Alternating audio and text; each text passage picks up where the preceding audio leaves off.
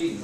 You know, we got about 12 minutes or so I thought we'd go as fast as we can, try to resolve as much as we can, and call it a day. All right, sound good? Yeah, absolutely. Great, let's go. Well, I'd like to start by apologizing first for taking time out of your day to meet with us. I need to apologize, it's my job. When I first filed my return, I thought everything was accurate, and any mistakes that I may have made were completely accidental. Okay.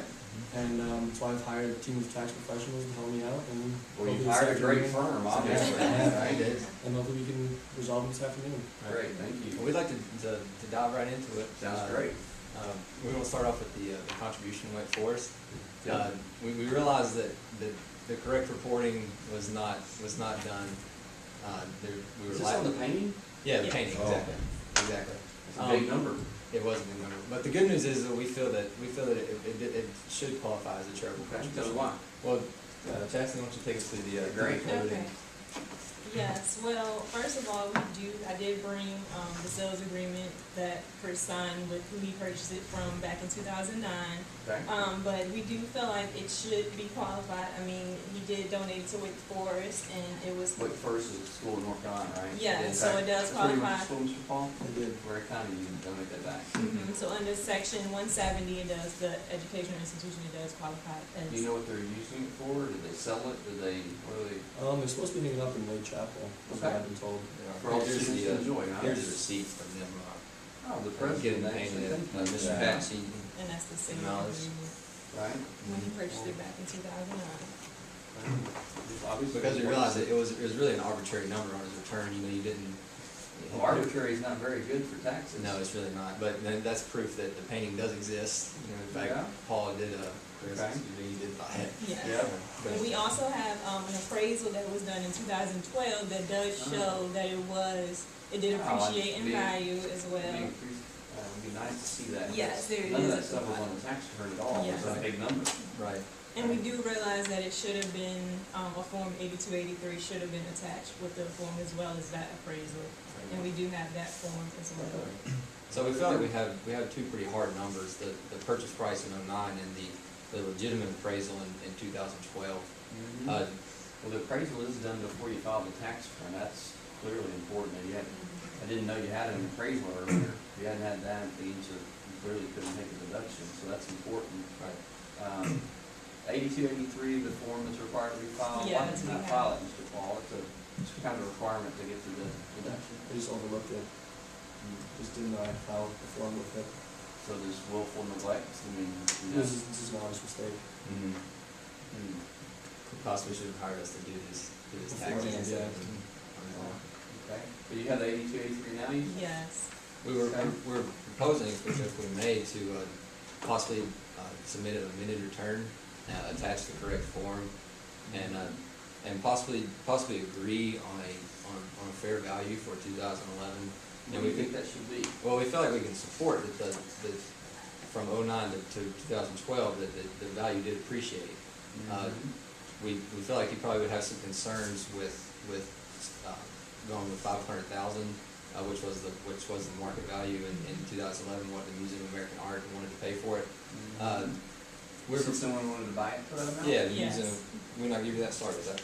Yeah, this is an email with the Museum of American Art. They were offering Chris to buy it for $500,000, and that's where the amount came from. That he put on his tax return. What do you suggest we look at for deduction? What amount? Well, what are your concerns with the 500,000? I'm concerned it didn't follow the law. Right. That started good. Okay. Well, could we agree that the value appreciated and maybe sell for a midpoint of 400,000? What do you think? I think it's fair they brought us the appraisal. Right. Yeah, we don't really, it's not exact timing, but something in between there probably feels right.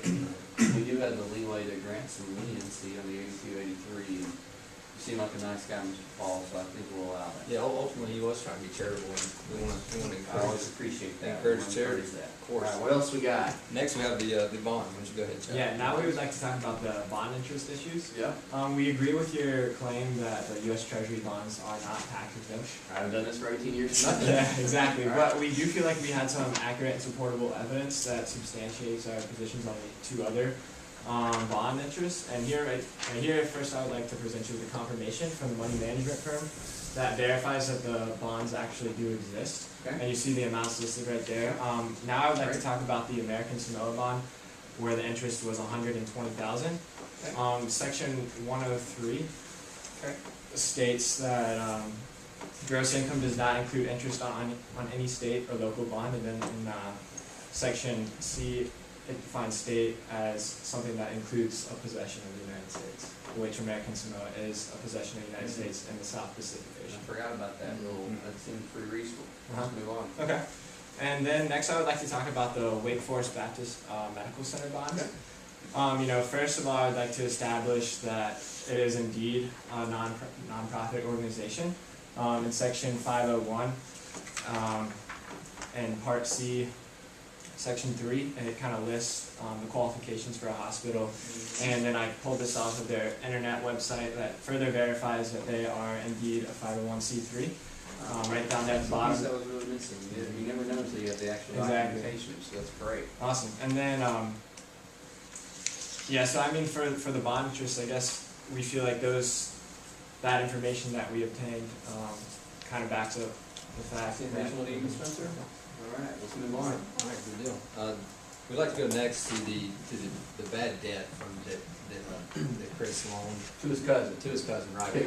We understand that you think that's not, that's a I mean, personal the loan. gift he gave to his It's cousin, not a gift. right? I mean, we can show that we had two parties that really thought, yes, it was a legitimate loan. Jason, he was ready to pay that back, and he acknowledged that it was a loaning of money.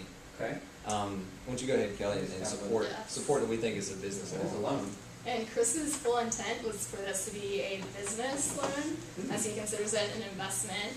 He's also with two other professional basketball players, as you can see from these contracts in 2007. You've done this before, haven't you, Paul?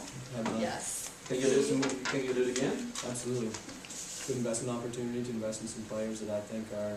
Losing $200,000 is a good investment opportunity, huh? Well, I mean, make mistakes. So is your cousin. No. Well, he's getting 15% of these guys' salaries now as they play. Okay. We have two profiles. They're not legitimate profiles, but I tried to get from the actual website, but it was in German, so I didn't think you would want to see it. Actually, I'm familiar with these guys. I remember when they played college Okay. ball, so I think good Okay. there. So he has made the investment with those two players, and they have agreed with the terms of the loan to pay him 15% of their salary every year. So you can see that the full intent of the loan was to be a business investment. Okay. And in 2011, Chris's cousin Jason emailed him that he felt he was unable to pay back the loan as he was hiring an attorney to enter the bankruptcy process. Okay. So therefore, section 166 of the code states that any wholly worthless debts shall be allowed to be deductible in the current tax year. So we have Yeah. that with section 166 on bad debts. Well, let's take a business side of it. That's a close call, business or not. I mean, it's your cousin, right? Did you try to collect it? I tried to collect it, yes. What's he doing now? He right now is at school. Right, school. He's Why trying can't to he get pay his, the loan back then? because he's still in school. He's trying to get his accounting degree From where? from Wake Forest. That's a heck of a school. He's gonna get a great degree. All those students make all kinds of money. Why is he not, after he gets out of school, not gonna be able to pay it back? He may I be. mean, I know he able sends to you a do it. letter, says he can, but a letter is not exactly great evidence, right? Well, he actually he did. He entered bankruptcy. We have the Yeah. official claim That's interesting. for entering the bankruptcy process, which, as you can see, that didn't occur until 2012, but he did hire the attorney in 2011, triggering the economic event that started the bankruptcy process. Wow, so this actually is the starting of the bankruptcy process, not that it's been. Yes, that's the official claim. Well, we felt that in 2011, Chris's assumption that it was bad debt was warranted just because even though the claim in the courts wasn't recognized until 2012, the courts are pretty slow. It's a long We know what a process. sin does, right? It gets us meetings with you, I guess. Exactly. But I think we can recognize that the courts are pretty slow and Ms. Spencer, I was kind of thinking this, I can come around to maybe being business. It sounds like it's something you think is a worthwhile endeavor, things like you do it again. You clearly reported income under Schedule C, and particularly if you believe it's a business. But to write off a debt, it really truly has to be worthless. And, you know, a letter from your cousin in 2011, you would never read the documentation, but bankruptcy does extinguish all debts. And so I think I could accept it, but not for the 2011 year. I think we'd have to move that to your 2012 return, which I know you'll be filing soon to help with some great accounts. Right. Is that fine with you? Works for me. 2012 was good. Okay. All right, well, next we'd like to move on to the moving expenses. Okay. Which, again, wasn't very good reporting, wasn't very good support with that. And we understand that you think they're not very reasonable. That costs more than my house. Well, I mean, if it was me moving, then yeah, it wouldn't be reasonable. We Chris is a really high profile guy, and as far as the expense of lodging, we think that it's not reasonable to think that he could go and stay at Hampton Inn just for safety purposes. We saw some of say too good for the Hampton Inn. Well, no, of course it's not. I mean, Hampton Inn's pretty comfy beds and whatnot, but we saw. I think if you keep up with LeBron James, when he moved to Miami, we saw how extreme some fans could be. I guess so. We think that his he wanted to be safe and thinking about his health. Because his livelihood does depend on his health. I mean, if he was attacked by fans and broke his foot, then he would be out. That's a good point. What's reasonable for one person is not always the right reasonable for somebody else. Do you have documentation of his expenses? Yes, we do.